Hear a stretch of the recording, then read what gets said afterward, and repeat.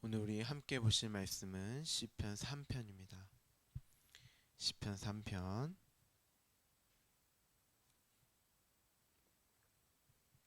1절부터 8절까지 우리 시편 3편 한 편을 다 보도록 하겠습니다.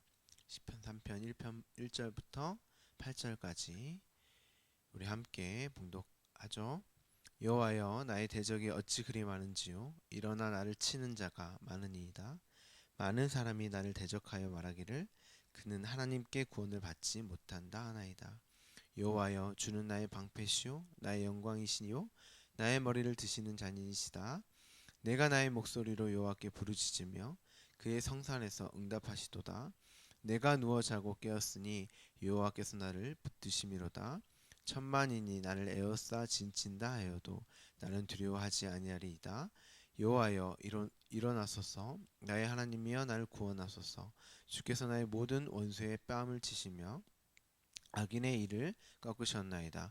구원은 여호와께 있사오니 주의 복을 주의 백성에게 내리소서. 아멘. 오늘은 시편 3편 한 편을 모두 보도록 하겠습니다. 잠깐 어제 시편 2편의 내용을 복습을 하죠. 솔로몬은 잠언에서 지혜를 생명나무라고 말하였고 그 생명나무를 가진 자는 복되다 이렇게 이야기를 합니다. 그리고 이 생명나무는 예수 그리스도라고 제가 어제 말씀을 설명을 드렸죠. 그러니까 예수 그리스도를 붙잡는 자는 복된 자인 것입니다. 그런데 예수를 그 생명을 붙잡을 수 있는 자는 아무도 없습니다. 어떠한 자도 자기의 스스로의 능력과 힘으로 그 예수 그리스도를 발견할 수도 붙잡을 수도 있는 자는 아무도 없습니다. 죽은 자인 우리가 그 생명을 발견하고 붙들 수 있는 능력은 전혀 없기 때문입니다. 우리가 죽은 자라는 사실을 잊으시면 안 됩니다. 우리의 자리는 죽은 자입니다. 죽은 자인 우리로 생명을 발견해야 하고 열심히 생명을 붙잡아야 해라는 식의 선동적인 말씀으로 성경 말씀을 이해하시면 안 됩니다. 우리는 하나님을, 예수 그리스도를 알 수도 그들을 붙잡을 수도 없는 죽은 자인 것입니다. 그러 나는 죽은 자인데 어떻게 해야 하지? 하고 나의 전적인 무능력함과 그 무력함으로 출발을 해야 하는 것입니다. 죽은 자가 할 수 있는 것은 죽어 있는 것 뿐입니다, 여러분. 여러분은 이 땅에서 죽는 경험을 하는 것입니다. 그리고 마땅히 죽어야 할 나의 존재를 늘 매 순간 확인하셔야 합니다. 여러분에게는 조금의 가망도 없다는 것을 매 순간 확인하셔야 합니다. 그 절망과 비참함과 무기력함을 반드시 경험하셔야 합니다. 그때야 비록 그제서야 말씀이 찾아오시는 것입니다. 그리고 죽은 자인 저와 여러분에게 말씀인 생명이 찾아와 말씀으로 생명으로 살려주시고 또한 그 말씀으로만 그 생명으로만 살게 하시는 것입니다. 그래서 하나님이 에덴 동산의 그룹들과 두루도는 불칼로 생명나무의 길을 지키게 하신 것입니다.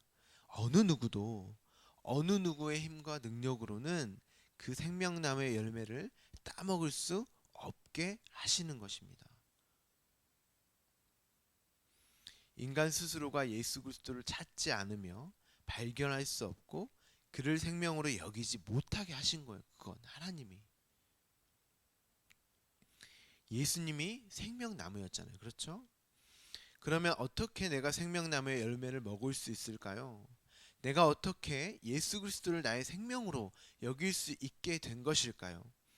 생명나무의 열매가 나에게 찾아와 먹여짐으로만 내가 그 열매를 먹을 수 있고 예수 그리스도가 나에게 찾아오셔서 뚫고 그 생명으로 나를 채워주셔야 내가 살아날 수 있는 것입니다.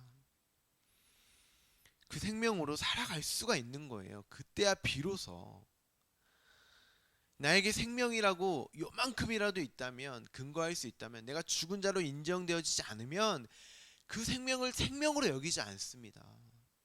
그 생명나무의 열매를 생명나무의 열매로 먹지 못해요, 여러분.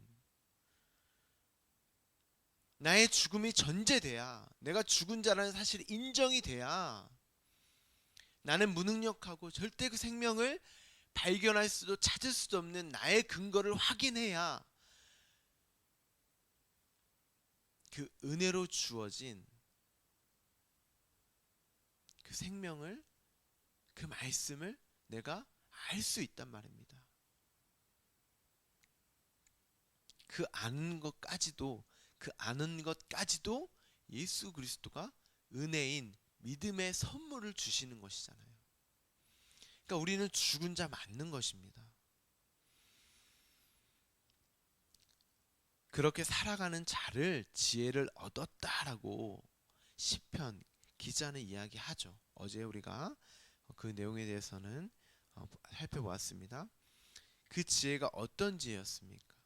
내가 이렇게 예수 그리스도를 말미암아 하나님의 성전으로, 그 하나님이 거할 수 있는, 하나님과 함께 할 수 있는 그 성전으로 이미 지어졌고, 지금도 지어져 가고 있고, 앞으로도 확실하게 지어질 것이라는 하나님이 나와 함께 하실 성전이 된 나의 정체성을 지혜라고 하는 것입니다. 그걸 아는 자가 지혜인 것입니다. 그걸 아는 자가 지혜 있다라고 하는 거예요. 여러분은 그런 여러분의 정체성을 매일 확인하고 계십니까? 지금 이 순간도 확인하고 계세요? 우리가 예배 함께 모이고 기도하고 이 말씀을 듣는 것이 왜 중요합니까? 왜 매일매일 순간순간 말씀을 또 들려주시오, 또 들려주시오 하고 우리가 왜 그 말씀을 갈급하는 것입니까? 나는 죽어있는 자인데 매 순간 그 말씀 아니면 나는 살아있을 수 없기 때문에 말씀을 또 들려주시오, 그 생명을 또 먹여주시오 하고 우리가 하나님께 간구하고 기도하는 것입니다. 하지만 우리는 그렇지 않죠. 여전히 나는 이 꿈의 세상에 나에 대한 정체성을 더욱 확고히 하고자 노력하지 않으십니까?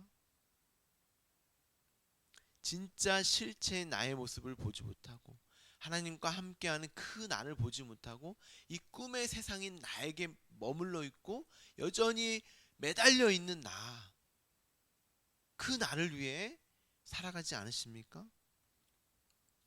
그래서 하나님이 우리의 본래의 정체성을 깨닫게 하고자 우리의 죄를 모두 용서하셨음에도 역경과 고난의 시간을 허락하시는 것입니다. 예수님 믿고 구원받는 자에게 역경과 고난이 없는 것이 아닙니다, 여러분. 우리 욥기 23장 10절을 제가 읽어드리도록 하겠습니다. 그러나 내가 가는 길은 그가 아시나니 그가 나를 단련하신 후에는 내가 순금같이 되어 나오리라. 지금 욥이 하는 말이잖아요. 내가 가는 길을 그가 아신다. 그가 나를 단련하신 후에 내가 순금같이, 정금같이 되어 나오리라. 욥은 당대의 의인이었습니다. 욥기 보시면 욥은 당대의 의인이었다. 의인으로 출발을 하죠. 그런데 그 의인인 욥에게 고난이 닥칩니다. 모든 재산을 잃고 모든 자녀들이 죽게 되었으며 자신의 몸까지도 말할 수 없는 고통과 고난의 질병을 얻게 됩니다.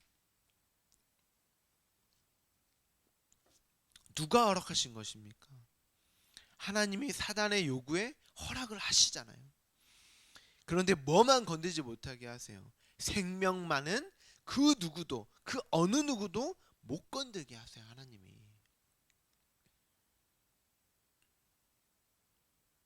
생명은 하나님의 주권과 주관 아래에 있는 것입니다. 그런데 왜 하나님이 욥에게 이런 말도 안 되는 고난의 시간을 허락하시죠? 하나님이 내가 누구인지를 알아. 우리 욥기 마지막에 보면 하나님이 이 모든 만물을 창조한 하나님이 내가 누구인지를 알아? 그것을 인정하고 수긍하게 만드시기 위함이었습니다. 그것이 생명이기 때문이에요. 그가 나를 단련하신 후에 어떻게 한다는 말이죠? 순금을 정금같이 만들려면 어떻게 해야 돼요? 어떤 과정을 겪어야 합니까? 불구덩이에 넣어서 더럽고 불결하고 불순물인 그, 그 불순물을 걸러내어 세공사의 수없는 망치질로 자신이 원하는 모양으로 만들어내지 않습니까? 그러니까 내가 순금이 되려면 하나님이 불구덩이와 같은 곳에 집어넣어서 여러분에게 붙어있는 불순물이 뭐예요, 여러분? 여러분에게 있는 불순물이 뭡니까? 나잖아요. 나로 사는 나. 여러분 자신, 나에게만 향해 있는 나의 모든 총화, 그것을 걸러내어서 수없는 망치질로 여러분을 두드려 패시는 것입니다. 정금으로 확인하기 위해서, 정금으로 순금으로 만들어내기 위해서, 거룩하고 흠이 없는 하나님의 자녀로 만들기 위해서, 그로 하나님께 나아갈 수 있는 자로 완성하기 위하여서, 그런 자에게만 하나님이 거하실 수 있는 거예요. 그 이야기가 욥기의 이야기잖아요. 그리고 나서 많은 재물을 하나님이 또 주십니다. 욥에게 또한 많은 자녀를 허락하세요. 그것은 단순히 하나님의 자녀는 물질의 복, 자녀의 복을 많이 얻게 된다는 그런 이야기가 아니라, 순결한 자녀, 거룩하고 흠이 없는 자녀는, 그 의인은 어떤 풍요를 누리게 되는 것인가를 그 당시 가장 복으로 여겼던 것들로 성경이 설명을 하는 것입니다. 이제 그런 것들이 아닌 진짜 복을 설명할 수 있는 말씀이 우리에게 주어졌잖아요. 성경이 완성되었고 지금 우리 앞에 있지 않습니까? 그러니까 여러분은 성경 말씀으로만 그 풍요를 누리셔야 하는 거예요. 누릴 수 있는 거예요. 오늘 본문은 다윗이 밧세바를 강간하고 그 일을 숨기고자 자신의 충신인 우리아를 살해한 후에 밧세바를 통한 아들을 얻게 됩니다. 밧세바가 임신을 하게 돼요. 그러자 하나님이 나단 선지자를 보내서 다윗의 죄를 확 드러내시죠.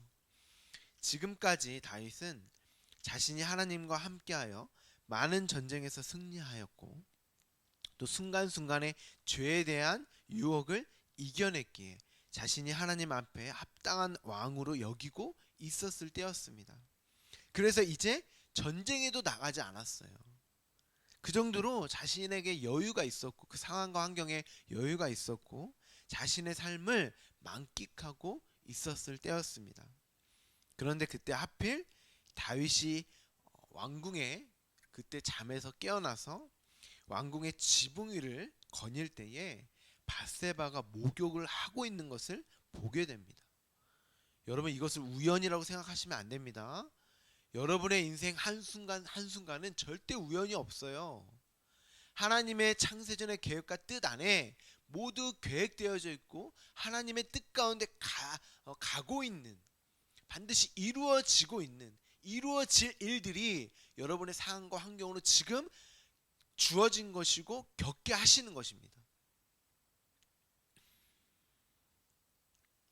그 목욕을 하고 있는 밧세바를 다윗이 취하고 임신을 하게 되자 그 사실을 감추기 위해 전쟁을 치르고 있는 우리아를 불러다가 밧세바와 동침하게 하여 자기 아이가 아닌 우리아의 아내로 둔갑하려는 속임수를 쓰려고 합니다. 그렇지만 우리아가 전쟁 중에서는 절대 아내와 동침을 할 수 없다고 하자 그 우리아를 전쟁 전방에 배치를 하고 그를 죽게 하죠. 다윗이 죽인 거예요. 그 우리아를.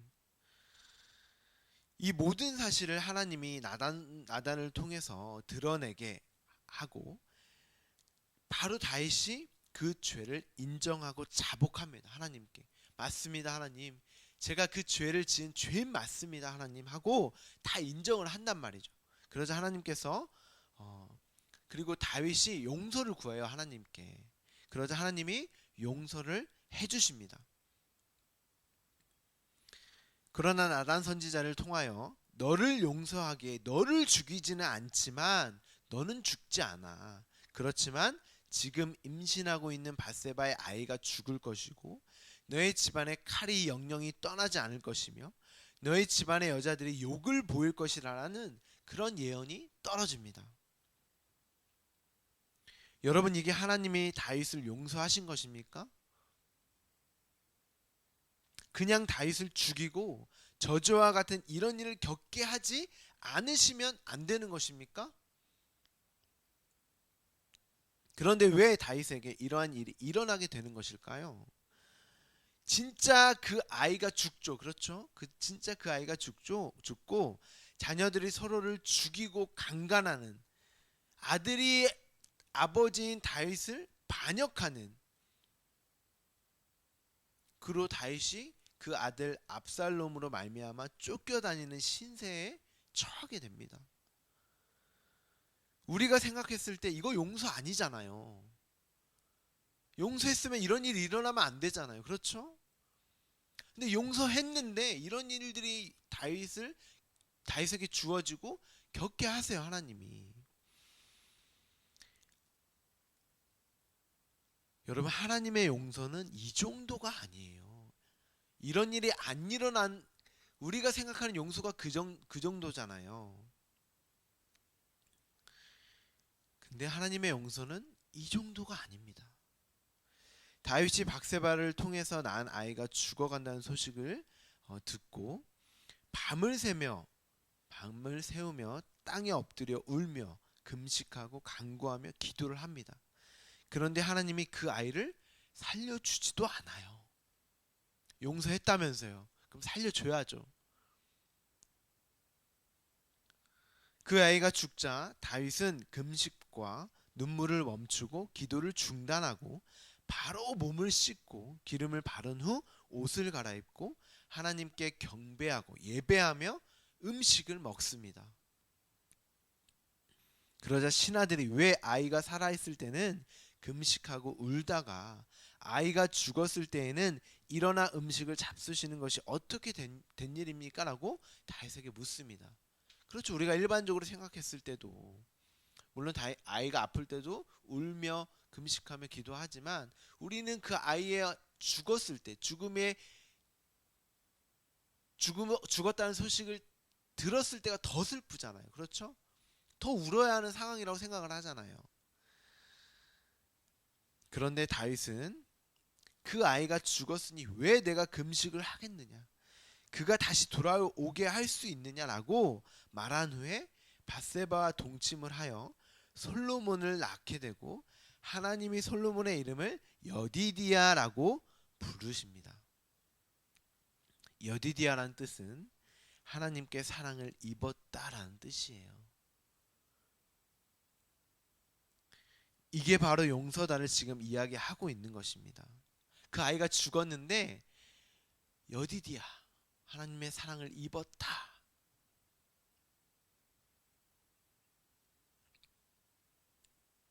그 용서는 어떤 이야기일까요, 여러분? 다윗은 원래 죄로 죽어야 할 자입니다. 우리가 생각했을 때 다윗이 하나님께 용서받았다는 것이 다윗에게 아무 일도 안 일어나는 무사한 일, 무사태평한 상태가 아니라 하나님께 죄를 지으면 반드시 그에 합당한 죄의 대가를 치루어야 하는 것인데 그 대가를 누가 치른 거예요, 여러분? 그 무죄한 아이가 다윗 대신에 죽고 원래는 태어날 수 없는 솔로몬이 태어나게 된 거잖아요. 그건 죽어야 할 다윗이 죽지 않고 무죄한 그 아이가 누구겠어요? 예수 그리스도가 죽고 솔로몬으로 살아나게 된, 다윗이 솔로몬으로 살아나게 된 이야기를 담고 있는 거예요. 그렇지. 너 대신에 누가 죽고 어떻게 너가 살아나게 된지를 알았어? 그로 어떻게 너가 나와 화평하게 된 자, 평화를 누리는 자가 되었는지를 알았어? 그 구원이 무엇인지를 알았어? 그래서 솔로몬의 이름의 뜻이 평강, 화평이란 뜻이에요. 완성이라는 뜻도 있다고 제가 말씀을 드렸잖아요. 다윗아, 너는 양을 치는 자에서 왕의 자리에 올라가니까 너가 뭐가 잘나서 성장해서 능력이 있어서 그 자리에 내가 왕으로 사용한 줄 아니? 아니야. 너는 그냥 죽은 자였어. 무력한 자였어. 그리고 이렇게 너는 여전히 전혀 성장하지도 성숙되지도 않은 간음과 살인을 저지른 죄인 아니더냐. 그런데 그런 너를 죄 없는 그 아이, 내 아들 예수로 너를 살려내서 내가 여디디야, 내가 사랑하는 자로 여겨주는 거 아니겠느냐. 다윗이 아들이 죽자 말끔하게 차려입고 예배를 드리고 음식을 먹은 것은 더 이상 그 아들의 죽음이 슬퍼할 일이 아니라 자신이 어떻게 하나님이 사랑할 자가 되었나는지를 깨달았기 때문이에요.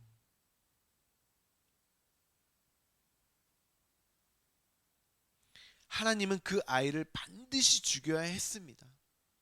하나님은 당신의 아들 예수 그리스도를 반드시 죽여야 했어요. 왜요? 저와 여러분을 위해서, 저와 여러분을 위해서 반드시 예수가 십자가에 죽으셔야 했단 말입니다. 왜요? 나는 죽은 자고 나는 무기력한 무능력한 자이니까. 예수 그리스도 당신의 아들이 아니고서 내가 살아날 수 있는 방법이 없단 말입니다.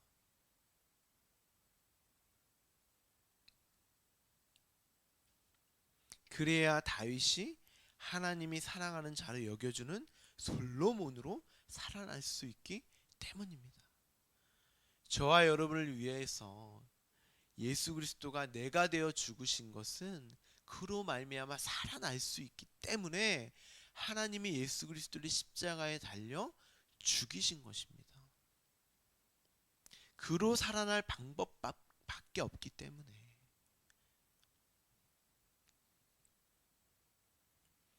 다윗이 운 것은 하나님께서 나를 불쌍히 여기셔서 혹시 그 아이를 살려주실까 하여 운 것입니다.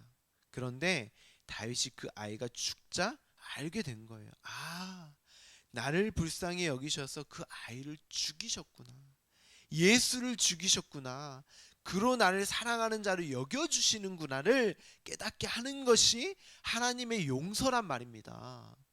여러분에게 아무 일도 일어나지 않는 게 용서가 아니에요.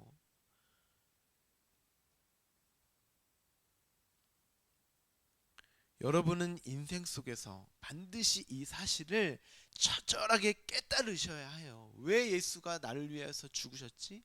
왜 예수가 내가 되어서 죽으셔야만 했지? 아, 예수가 내가 되어 죽으셨기에 내가 하나님의 사랑받는 자가 된 것이구나. 그러면 오늘 본문이 이해가 되실 것입니다. 이 시는 다윗의 아들 압살롬이 아버지인 다윗을 죽이려고 쫓을 때 도망다니며 숨어 지내며 쓴 시입니다. 하나님이 다윗을 용서하셨다면서요. 그러면 이런 일을 겪게 하시면 안 되잖아요. 우리가 생각했을 때. 그런데 하나님은 너가 어떤 자리에서 당신의 용서를 받았는지를 그의 인생 내내 따라다니면서 가르쳐 주시면서 나단 선지자의 예언, 우리야와 밧세바 사건으로 주어진 그 일을 그의 삶 속에서 겪게 하시는 것입니다. 네가 어떠한 자였는지를 다시 기억하고 그 죄인의 자리, 죽어 있는 너의 모습을 보게 하시는 거예요. 아직도 남아있는 그 불순물과 더러움인 나라는 존재의 정화를 위해서 용광로에 담기는 그런 고난과 역경을 겪게 하시고 시시때때로 두들겨 패시는 것입니다. 그리고 진짜 그 아이가 왜 죽었는지, 예수 그리스도가 왜 죽으실 수밖에 없었는지를 우리의 처음 자리를 매 순간 확인케 하시는 거예요. 그리고 내가 어떤 자리에서 살아났는지를 확인하게 하시는 것입니다. 그것이 저와 여러분의 인생인 거예요. 다른 목적은 없어요, 여러분. 그로 이 땅에 태어나게 하셔서 살게 하시는 거라니까요. 내가 어떻게 하나님의 사랑받는 자가 되었는지를 이 인생과 역사 속에서 처절하게 경험하시는 거예요. 그런데 다윗이 이 시에서 뭐라고 합니까? 아니, 하나님 나를 용서하셨다면서요, 저를 구원하셨다면서요, 저를 사랑하신다면서요 하고 저에게 이러시면 됩니까? 그렇게 하나님께 아깍대며 하나님께 대듭니까? 아니죠. 나의 대적인 나, 끊임없이 나를 흔드는 나, 그런 나들이 있잖아요. 그렇죠?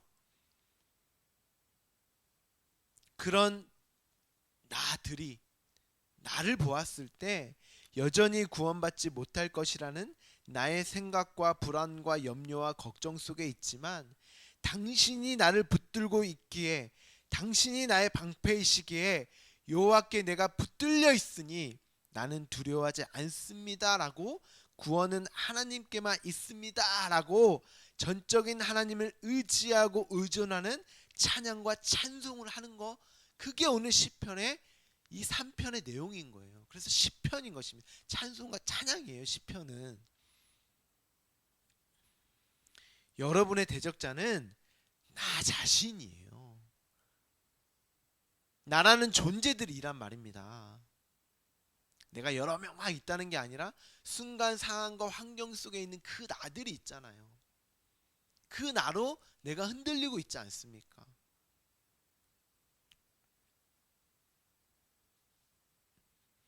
다윗의 대적자는 압살롬이 아니었습니다.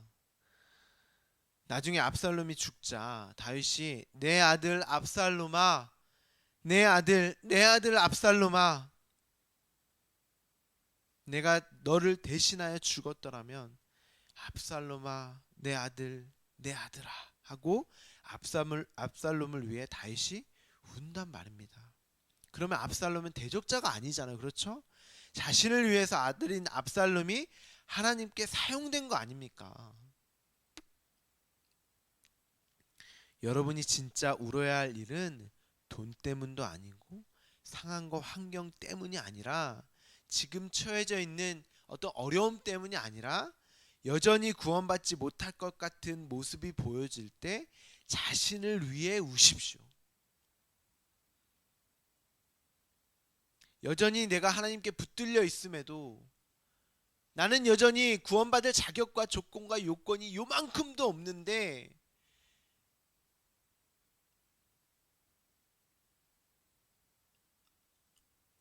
그런 나의 모습을 보시면서 그런 비참함, 그 죽음에 처해 있는 나를 보고 우시란 말입니다. 그러면 하나님이 예수 그리스도를 말미암아 그 울음을 닦아 주실 거예요. 그때 비로소 더 이상 나를 위해 울지 않고 하나님의 사랑받는 여디디아로 우시는 날이 더 많아지실 거예요. 앞으로는 점점 더, 어떻게 하나님이 나에게 이런 사랑을 부어주셨지? 하고 이제 사랑에 감탄하여서 하나님의 역사하심이 나에게 감사함에 그 눈물이 터져 나오게 되실 것입니다.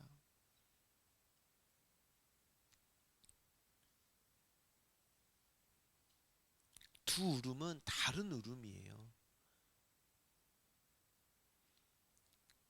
여러분이 궁극적으로 우셔야 하는 울음은 감사와 찬양과 찬송의 그 감탄의 울음인 것입니다.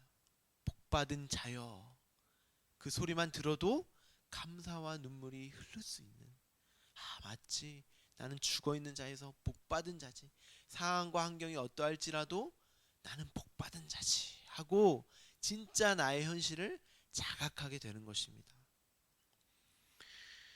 말씀을 통해서만 볼 수 있는 나 자신과 치열해야지, 말씀으로 어떻게 살아야 할 나, 말씀으로 성장하고 성숙할 그 어떤 것과 치열하시면 안 됩니다. 모든 과정은 나를 부인하는 십자가이고 우리의 결국 또한 십자가이기 때문입니다. 기도하겠습니다.